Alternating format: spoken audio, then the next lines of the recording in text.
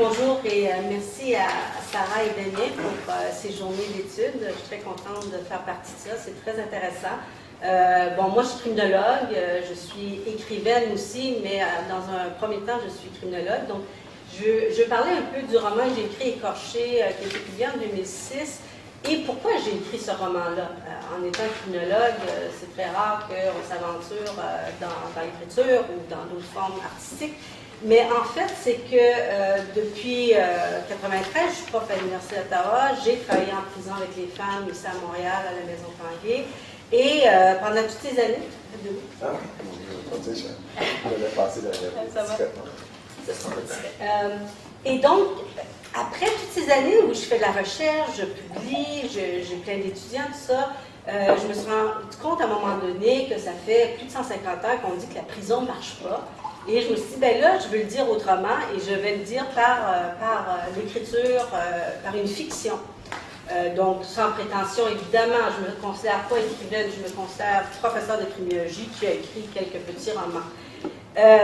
Donc, je vais vous parler un petit peu d'Écorché dans ce sens-là, parce que quand j'ai vu le thème, évidemment, corps et espace, quand on parle de la prison, évidemment, le corps et l'espace sont centraux. C'est vraiment au cœur de l'opération carcérale, de la technologie, de la punition et tout ça. Donc, je vais parler du corps enfermé et de l'espace carcéral dans Écorché, mais je vais mobiliser quelques autres lectures. Et aussi, je vais finir avec un petit vidéoclip sur YouTube qu'on a fait. Je travaille toujours avec Claire Genier depuis maintenant 10 ans. On a écrit un livre sur la danse en prison et on a fait, c'est un projet pédagogique avec des étudiants de criminologie qui ont dansé. Et on a fait un petit clip qui est sur YouTube sur la prison. Donc, la prison et l'enfermement, ou l'enfermement de manière générale, dans la littérature, ça occupe une place assez importante et très diversifiée. On n'a qu'à penser à des fictions autour de la prison, des témoignages du dedans, du dehors. Hein, ça, c'est très à la mode de parler du dedans, du dehors, mais c'est très pertinent. Donc, des écrits de prisonniers aussi, des écrits sur la prison. Et moi, je fais une distinction entre les écrits des prisonniers et les écrits sur la prison. Moi, je fais des écrits sur la prison, mais je n'ai jamais été prisonnière. Mais les années 40 vont marquer une rupture de l'image romantique de la prison, donc avec Jean Genet particulièrement et avec Camus, L'étranger. Donc, à travers une mise en lecture de mon roman Écorché, j'avais le goût de revisiter un peu Écorché dans ce sens-là parce que, instinctivement, j'ai parlé beaucoup du corps parce que c'est sur quoi j'ai travaillé beaucoup. J'ai publié sur l'automutilation, donc la question du corps des femmes incarcérées, et on a fait une recherche sur la question du corps plus généralement. Donc, Juliette, c'est le personnage principal dans Écorché. Juliette est donc définie, représentée et sentie à travers l'espace carcéral. Donc, elle est incarcérée là, on va la voir vivre son incarcération avec... Donc, je dirais qu'il y a des thèmes criminologiques là, évidemment, la toxicomanie, la dépendance, le rôle de mère, les enfants, l'absence et la violence, l'automutilation, et j'en passe. Okay? Donc, Juliette, elle est définie, sentie, représentée par l'espace carcéral. On voit Juliette par le prisme, à travers du prisme de la prison. Elle étouffe dans cet univers fermé, clos, et je vais citer. Une neige lourde avait enterré les femmes dans un cercueil blanc. Ces confettis moelleux s'étaient éteints comme des petites étoiles filantes, songes d'hiver. Il neigeait des larmes sur le rebord de la fenêtre de sa cellule recouverte de givre. Les détenus avaient peine à respirer. Et cette idée-là d'étouffement, je l'ai vue beaucoup depuis toutes les années. Pendant 20 ans, je suis allée en prison. C'était drôle quand je disais ça à ma fille qui était toute petite, qui disait « Maman, ma maman est allée en prison. » Bon, faire la recherche, évidemment, mais le sentiment d'étouffer en prison est très, très présent. Et moi, je l'ai senti comme chercheur et comment la prison nous contamine d'une certaine façon. Elle s'imprègne en nous, elle rentre dans nous. D'ailleurs, quand j'ai fait beaucoup de la recherche en France et en Belgique, des prisons qui sont horribles, je dirais. Et quand je sortais de la prison, il fallait que j'aille me laver. Je retournais à mon hôtel et je me lavais comme pour me laver de tout ça. Juliette et d'autres personnages qui gravitent autour d'elle dans cet espace claustrophobique est enfermé.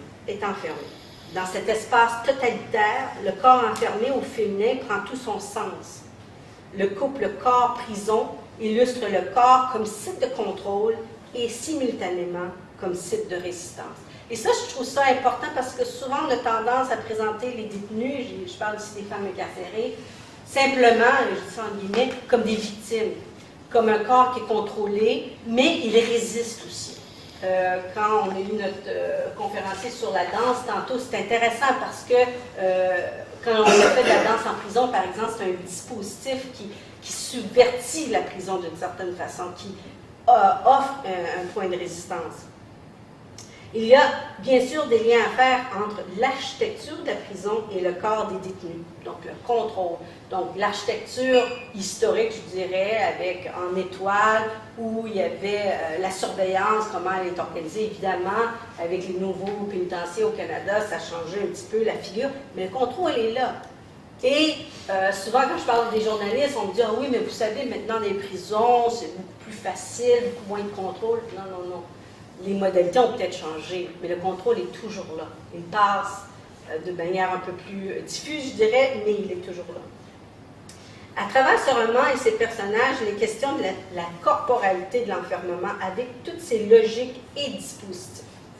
Parce que dans l'enfermement, on pense à la fouille à nu, à la violence, à l'absence, à la dépendance, à l'automutilation. Je citais ici Marie Gagnon. Ce matin, on a conduit T à l'hôpital. Trop basse pression, ses émotions refoulées lui grugent à l'intérieur. Oui. La fouille à nu occupe une place centrale dans le dispositif de punition, de contrôle et d'humiliation. Dans Écorché, ouvre ta bouche, lève les bras, lève les pieds, ouvre les jambes, écarte les fesses.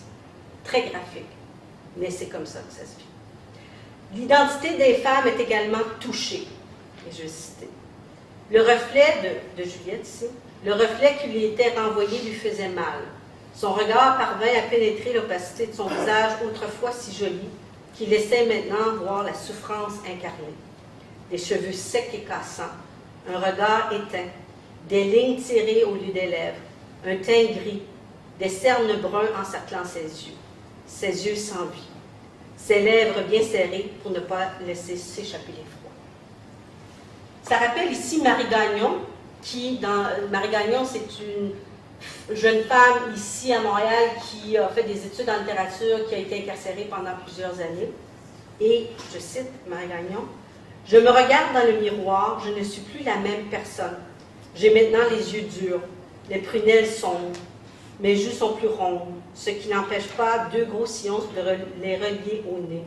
Je suis plus lourde, mais j'ai l'air amaigrie. Peu à peu, je me transforme en ermite. J'ai les couleurs de Tanguay peintes sur ma peau. Je suis pâle, mes cheveux sont secs et ternes. » Ça rappelle aussi, évidemment, Nelly Arcan dans Putain. Et je ne saurais pas dire ce qu'il voit lorsqu'il me voit, ces hommes. Je le cherche dans le miroir tous les jours sans le trouver, et ce qu'il voit n'est pas moi. Ce n'est pas être moi. Ce ne peut être qu'une autre, une vague forme changeante qui est la couleur des murs. Je suis encore jeune ou déjà trop vieille. Et je continue avec Marie Gagnon. J'ai les entrailles hideuses, les joues creuses et les yeux, troués d'avoir trop vu, masqués, criblés de bus, l'âme crevée, le corps percé. Selon Gross, le corps est malléable sous le pouvoir. On voit vraiment comment les femmes incarcérées portent l'incarcération dans leur corps, comment il est marqué par ce passage au carcéral. Donc, le corps est malléable sous le pouvoir. Dans ce huis clos, le corps tantôt s'efface, tantôt se protège ou résiste. Oui, il y a résistance. Le corps des femmes s'exprime parfois où on ne s'y attend moins, comme par exemple dans des gestes d'automutilation. J'ai fait une étude plus, je dirais, scientifique autour de l'automutilation et souvent on va présenter l'automutilation comme une forme de tentative de suicide. Certes, ça peut être ça, mais c'est souvent aussi une façon de vivre, de résister. Des femmes nous ont raconté, par exemple, que quand elles se coupent, elle décide combien longtemps elle laisse couper, comment profondément, et ça fait vraiment une rupture avec toutes les fois qu'elles ont été victimisées par d'autres. Donc, elle contrôle ça, et c'est une façon de vivre. Vous avez parlé de David Le Breton en début de matinée, et bon, j'ai travaillé un petit peu avec David, et c'est intéressant parce que ce qu'il va dire dans un de ses écrits, c'est que l'automutilation, ça peut être une forme de s'infliger de la douleur pour arrêter la souffrance. Et je trouve que cette distinction-là est très importante, particulièrement au Canada, avec les femmes autochtones qui sont surreprésentées dans nos prisons au Canada. Il y a vraiment ça, le taux d'automutilation et de suicide a été très élevé dans les années 90. Ça ne veut pas dire que ça n'existe plus, c'est juste qu'on ne tient plus beaucoup de statistiques à ce sujet. Bon, ça, c'est une autre... Donc, je reviens à l'automutilation avec Juliette, et je cite. Juliette avait commencé à se couper, à couper dans cette chair, dans cette maudite peau, en revoyant une image en cascade de sa mère, de son fils, de son ex, des autres incarcérations. Au moment où la lame effleura son épiderme frémissant, sa respiration s'accéléra. Les larmes inondèrent son visage, larmes salées comme des océans devenus marécages infectés d'insectes. Quel soulagement de voir s'écouler doucement le sang, un beau rouge. L'espace de la prison est aussi marqué par des frontières intérieures et extérieures. À l'intérieur, les limites spatiales, par exemple, on parle d'espace, le parloir, l'isolement cellulaire, le trou, la cellule, c'est tous des espaces de vie et des fois de mort où les détenus habitent, déambulent, sont restreints, etc., etc. L'intérieur marquera de manière irréversible l'extérieur, même à la sortie. Parce qu'on a souvent l'impression que les gens sortent, bon, c'est fini. Non, ils sont marqués au fer rouge. Ils sont marqués très souvent par leur passage au carcéral. Et on pense que ce marquage-là se fait seulement si c'est une longue sentence de 10 ans. Non, ça se passe tout le temps, évidemment, à des degrés divers. Dans Écorché, j'ai essayé d'écrire d'une manière très, je dirais, viscérale. Donc, au niveau de la forme, je parle de Juliette. Donc, c'est cette voie narrative-là que j'ai empruntée. Mon écriture est aussi très, très hachurée, donc des phrases très, très courtes, un peu pour, je pense, parler de l'urgence, d'une certaine façon, de cette écriture emprisonnée, enfermée aussi. Et la prison dans Écorché, j'ai l'impression que ça devient un personnage de quelque part. Okay? Et Écorché a été, je dirais depuis 2006, a eu une vie intéressante parce que les détenus l'ont lu. Pendant 3 ans, dans le cours de français, on a mis Écorché à l'horaire et les détenus lisaient à la Maison Tanguay Écorché parce que c'est en fait un miroir d'une certaine façon pour elle. Il a été adapté au théâtre aussi pendant 3 ans. Donc, aussi, ça, c'est un projet pédagogique que j'ai monté avec des professeurs de théâtre de l'Université d'Ottawa, avec des étudiants de théâtre et des étudiants de criminologie qui ont fait une mise en scène et ce que j'appelle une intervention théâtrale, où on est allé présenter à Tanguay pendant 3 ans cette pièce de théâtre-là, Écorché, et on pourra en parler tantôt. Ça a été aussi porté dans la musique d'un chanteur de Gaspésie, de Petite-Vallée, qui a fait une chanson autour d'Écorché. Et Écorché a aussi inspiré, si vous voulez, du travail que je fais avec une collègue danseuse chorégraphe de Paris, Claire Génie. Et j'aimerais terminer avec un petit extrait sur YouTube, juste pour vous donner, avant de montrer l'extrait. Donc c'est juste 4 minutes, à peu près, je crois. Et c'est des étudiants de criminologie qui ont été invités, bon, il n'y avait pas le choix, mais ils étaient invités à, c'était un cours optionnel, donc ils ne sont pas obligés de prendre le cours. Donc c'est des étudiants de maîtrise, il y était 5 étudiantes qui ont fait des ateliers de danse avec Claire Génie pendant 25 heures. Et on est allé à la vieille prison d'Ottawa, qui est tout près, si vous connaissez Ottawa, du marché, près de l'université. C'est où on a exécuté la dernière personne au Canada et on a eu la permission d'aller filmer en haut, au dernier étage en haut, qui reste encore les vieilles cellules de l'époque. Ce qui est intéressant, c'est que la vieille prison est devenue une auberge de jeunesse. Je pense que ça coûte plus cher aller coucher là qu'à l'hôtel. Mais, donc, les étudiants, c'est juste un petit clip. Ce qu'on a fait, on a fait un spectacle de 30 minutes. Mes étudiants de bac pouvaient venir assister au spectacle dans la prison. Donc, ils étaient là, une vingtaine d'étudiants. C'est tout ce qu'on peut avoir dans cette section-là de la prison.